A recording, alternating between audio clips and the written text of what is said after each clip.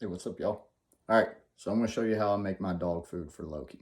All right, so I killed a buck. I'm gonna use the liver, the kidneys, the lungs, and the heart. He's also gonna get some meat out of it, but we're gonna make that later. But the organs are some of the most nutritious parts of any animal for a dog. If you observe wolves, coyotes out in the wild, they like to eat the organs first thing. So I did some researching. A few prominent veterinarians that have developed their own like freeze-dried dog food. Basically what I'm making, except I'm just going to freeze it and he's going to eat it over somewhat of a short period of time. So what I'm going to do is I'm going to make individual servings as a topper that he'll get 2, sometimes 3 times a day. And I put them in freezer bags, wrap them up, put them in the freezer. Make sure they're tight so no freezer burn. Again, it goes pretty quick. Pull it out of the freezer, put it in the fridge to de-thaw as you need it. You could warm it up for them. They'll eat it cold. Either way, it's really good. So I'm going to show you the ingredients I'm using today. Hopefully the old lady comes in here soon and I can have her hold the phone for me. Be my camera lady. But we're using roughly, I'd say about 3.5 pounds of meat. We're also going to use 2 cups brown rice. And I put 2 vegetables. I'm going to put a can of green beans. And I'm also going to cut up a large size sweet potato and put in there. Sometimes I use carrots. Sometimes I use squash. It just depends. Loki loves it no matter what. He loves the real meat topper on his food. It's done great things for his metabolism. It's done great things for his digestion and his energy and his overall build. He's a lean, mean, woods running machine now. So I'm going to turn the camera here and we'll get started. Okay, so before I show you, if you're squeamish, if blood, livers, organs, anything like that upset you or anything, you might want to turn away or change the station here. All right, so I've already got started. Here's my deer liver. As you can see, I got it cut up in pretty small chunks, which will shrivel up a little bit more as it cooks. I got 2 cups of brown rice over there. That's going to have to cook for like 45 minutes. I got the wrong type of rice. The rice is going to take longer than all this. All right. And I got my sweet potato over here. All right. Too easy.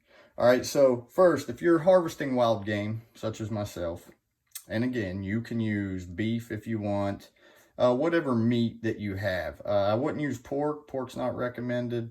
Turkey's really good. Turkey organs are really good. But a little bit of research, you could see what all you could put in here. All right, so for instance, if you're harvesting wild game, you know, as I was, I cleaned, field dressed the animal. I inspected the organs once I brought them in and wrapped them up. I wanted to make sure there's no tumors on the inside, on the outside, that everything looks like healthy tissue. Same with the heart, same with the lungs, same with the kidneys, etc. You know, you want to inspect the meat, make sure what you're giving your friend is high quality. And there's nothing wrong with this deer. I've already ate the tenderloins out of this deer, and it was absolutely delicious. All right, if you haven't tried venison, I highly recommend getting you some, trying it out. It's really good. So like I said, we're going to cut this up in about centimeter to inch square chunks. A little smaller is better. We're going to put them in a stock pot. Now, you can add a little bit of water to it. I usually add just a dash of olive oil to the bottom just so it don't stick. But I'm going to use water today, and we're just going to do a real low simmer. All right, so you don't want to cook the meat to where it is just totally grayed out. It is hard. There's no tenderness to it anymore because you're just getting rid of all the nutrients and everything. It's going to be good for your dog. However, what we are kind of doing is cooking it to a certain firmness. It's not going to be raw, but it's not going to be cooked all the way done. You want the dog to get some of the nutrition that is inside this meat. You don't want to cook it all out. All right.